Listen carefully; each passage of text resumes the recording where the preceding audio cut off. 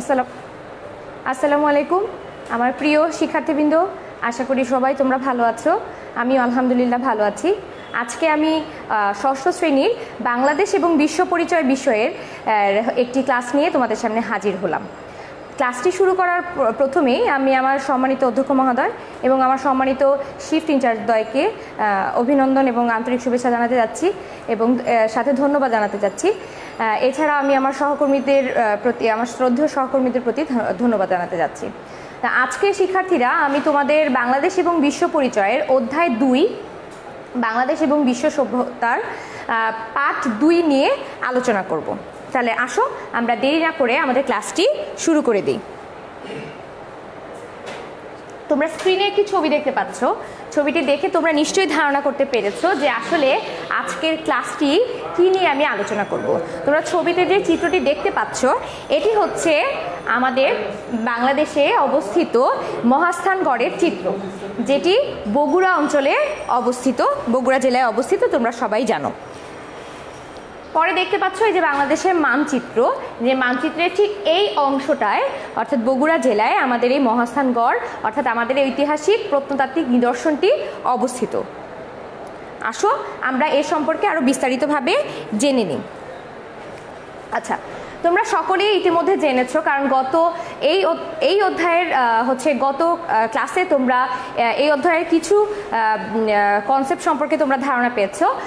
যেমন তোমরা জেনেছো যে ভারত উপমহাদেশের সবচেয়ে পুরনো সভ্যতা আসলে সিন্ধু সভ্যতা। এই সিন্ধু সভ্যতা আবিষ্কৃত হবার 1000 বছর পর্যন্ত আর নতুন কোনো সভ্যতা আবিষ্কৃত 700 অব্দে গঙ্গা নদীর অববাহিকায় আরও একটি নগর সভ্যতার বিকাশ হয়, যা ভারতীয় উপমহাদেশের দ্বিতীয় নগর সভ্যতা নামে পরিচিত।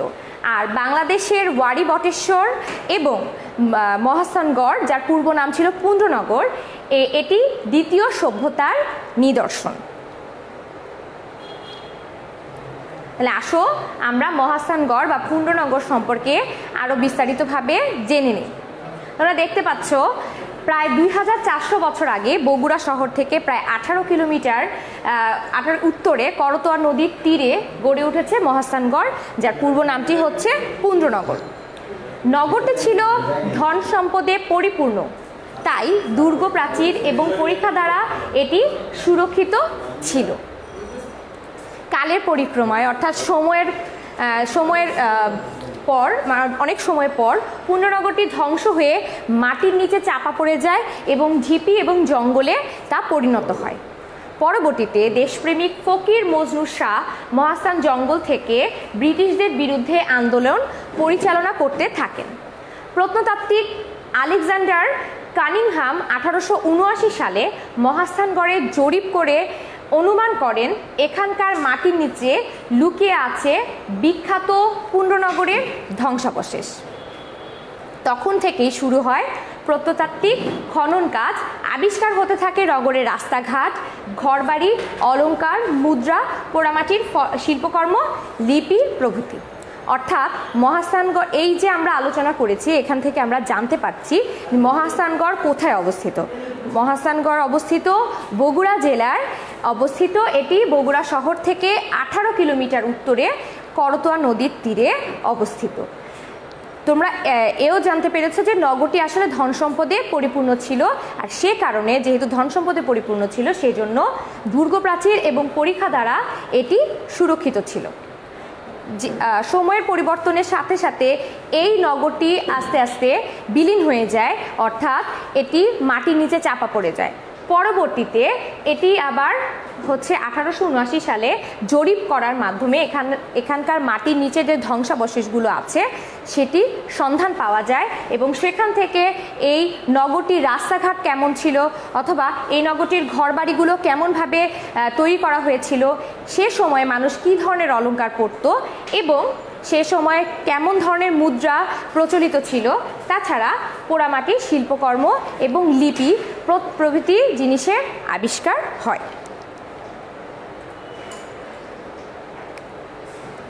আসো আমরা আরও কিছু তথ্য জেনে নিই এই মহাস্থানগড় বা পুণ্ড্রনগর সম্পর্কে। তোমরা দেখতে পাচ্ছ 5 থেকে 10 মিটার উঁচু দুর্গ প্রাচীর পরিবেষ্টিত খ্রিস্টপূর্ব 4র্থ শতকের নগর কেন্দ্রটি ছিল উত্তর দক্ষিণে 1523 মিটার, 23 মিটার এবং পূর্ব পশ্চিমে ছিল 1371 মিটার। তোমাদেরকে এই যে তথ্যগুলো এগুলো অবশ্যই তোমাদেরকে মনে রাখতে হবে এবং মুখস্থ করতে হবে। তোমরা আবারও একটু দেখে নাও যে 5 থেকে 10 মিটার উঁচু দুর্গ প্রাচীর পরিবেষ্টিত খ্রিস্টপূর্ব 4র্থ শতকের যে নগরটি ছিল সেই নগরটি উত্তর দক্ষিণে ছিল আসলে 1523 এবং পূর্ব পশ্চিমে ছিল 1371 মিটার। ধারণা করা হয় বা অনুমান করা হয় যে জনহিতৈষী মৌর্য শাসক সম্রাট অশোক পুণ্ড্রনগর পর্যন্ত তার সাম্রাজ্য বিস্তার করেছিলেন। অর্থাৎ এই মৌর্য শাসক যে সম্রাট অশোক ছিলেন তিনি তার যে সাম্রাজ্যের পরিধি ছিল তা পুণ্ড্রনগর পর্যন্ত তা বিস্তৃত করেছিলেন। ব্রাহ্মী লিপিতে পুণ্ড্রনগরের দুর্ভিক্ষের সময় প্রজাদের শস্য এবং অর্থ দিয়ে সাহায্য করার আদেশ লিপিবদ্ধ আছে। সে সময়ে অর্থাৎ ব্রাহ্মী যে লিপি আছে সেখানে লিখিত আছে যে সেই সময়ে পুণ্ড্রনগরের দুর্ভিক্ষ হয়েছিল এবং সে সময় প্রজাদেরকে শস্য এবং অর্থ দিয়ে তাদেরকে সাহায্য করার জন্য আদেশ করা হয়েছিল। এবং এও বলা আছে যে সুদিন ফিরে আসলে প্রজা সাধারণ তাদেরকে যে বরাদ্দ দেওয়া হয়েছিল যে শস্য এবং অর্থ তা ফেরত দিয়ে দিবেন, সেটিও লিপিবদ্ধ ছিল। অন্যান্য দ্বিতীয় নগর সভ্যতার মতো পুণ্ড্রনগর ছিল একটি সমৃদ্ধ নগর। তোমাদের এখানে দ্বিতীয় নগর সভ্যতা বলতে কি বোঝো তোমরা, এই কথাটি কিন্তু আমি আমার আলোচনার প্রথমে বলেছি, তারপর আবার বলছি যে দ্বিতীয় নগর সভ্যতা হচ্ছে খ্রিস্টপূর্ব 700 অব্দে গঙ্গা নদীর অববাহিকায় নতুন একটি সভ্যতা যা দ্বিতীয় নগর সভ্যতা হিসেবে পরিচিত আমাদের এই ভারতীয় উপমহাদেশে। আচ্ছা, তাহলে ভারতীয় উপমহাদেশে পুণ্ড্রনগর ছিল আসলে একটি সমৃদ্ধ নগর। এই তথ্যটিও তোমরা কিন্তু আলোচনার প্রথমেই জেনে গেছো যে এই নগরটি আসলে সমৃদ্ধ ছিল এবং সেই কারণে এর চারপাশ সুরক্ষিত করা ছিল। আচ্ছা, পুণ্ড্রনগর ছিল পুণ্ড্রবর্ধনের রাজধানী শহর। অর্থাৎ এই যে আমরা মহাস্থানগড় যার পূর্ব নাম হচ্ছে পুণ্ড্রনগর এ সম্পর্কে যে আমরা আলোচনা করছি, এটি ছিল পুণ্ড্রবর্ধন রাজধানীর শহর। পুণ্ড্রনগরের সাথে বাণিজ্যিক কারণে ভারতীয় উপমহাদেশের অনেক নগর বন্দরের যোগাযোগ ছিল, ফলে বহু বাণিজ্যিক এবং সাংস্কৃতিক লেনদেনও ঘটেছিল। অর্থাৎ পুণ্ড্রনগরের সাথে ভারতীয় উপমহাদেশ এর অন্যান্য অঞ্চলের যোগাযোগ ব্যবস্থার সহজলভ্যতা ছিল বলেই এখানে অনেক নগর বন্দরের উৎপত্তি ছিল এবং এর ফলে বহু বাণিজ্যিক লেনদেন এবং সাংস্কৃতিক বিভিন্ন কর্মকাণ্ড আসলে এখানে সংঘটিত হয়েছিল। উর্বর ভূমি এবং করতোয়া নদীর মাধ্যমে যোগাযোগের ফলে পুণ্ড্রনগরের এলাকায় ঘনবসতি ছিল, অর্থাৎ সেখানকার যে লোকজনের সংখ্যা ছিল বেশি। তার কারণ হচ্ছে উর্বর ভূমি এবং করতোয়া নদীর অববাহিকায়। কারণ নদীর পাশে যদি কোনো শহর গড়ে ওঠে তাহলে সেখানে বাণিজ্য করার জন্য বণিকদের যাতায়াত সে সময় খুব সুবিধা ছিল। এছাড়া উর্বর ভূমি অর্থাৎ মাটির উর্বরতার শক্তি বেশি ছিল, অর্থাৎ ফসলাদি উৎপন্ন করা যেত বেশি পরিমাণে, সে কারণে পুণ্ড্রনগরে ঘনবসতি বেশি ছিল। সপ্তম শতকে চীন দেশের পরিব্রাজক এবং ধর্মযাজক যার নাম হচ্ছে হিউয়েন-সাং পুণ্ড্রনগর এলাকায় 20টি বৌদ্ধ বিহার এবং 100টি ব্রাহ্মণ্য মন্দির দেখেছিলেন।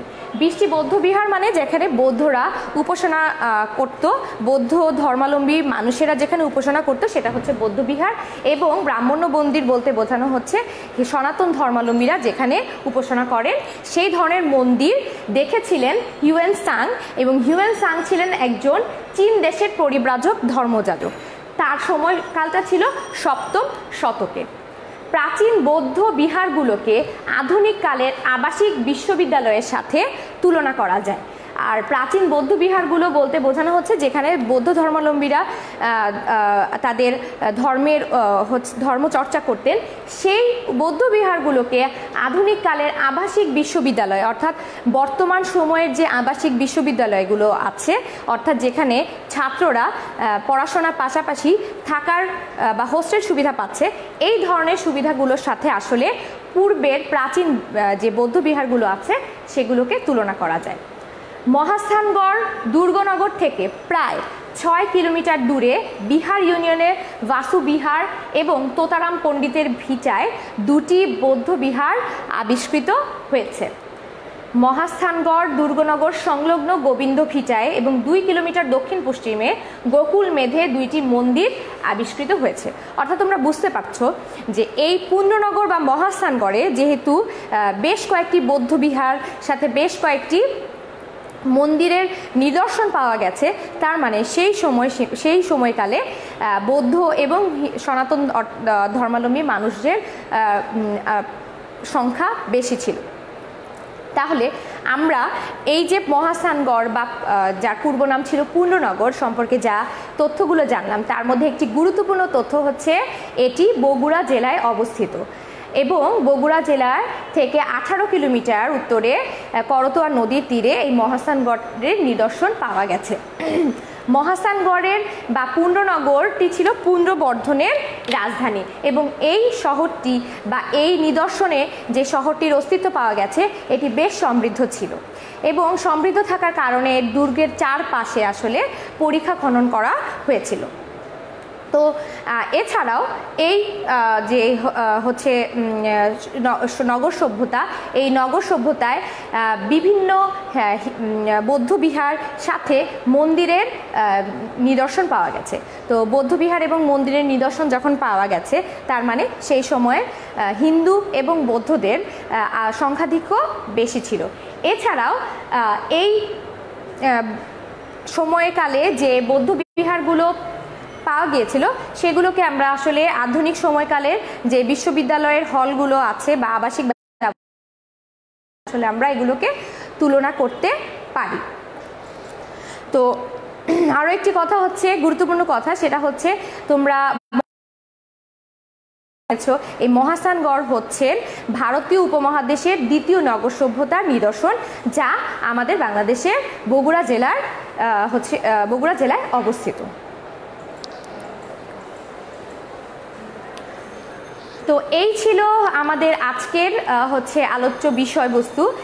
আশা করি তোমরা এই মতো জানতে বুঝতে পেরেছো এবং হচ্ছে অনেক কিছু জানতে পেরেছো এবং পাঠ্য বইটি ভালো মতো হচ্ছে পড়বে। তোমাদের সকলের সুস্বাস্থ্য কামনা করে আজকে আমি আমার ক্লাসটি এখানেই শেষ করছি। সবাই ভালো থাকো, নিরাপদে থাকো, সুস্থ থাকো। আল্লাহ হাফেজ।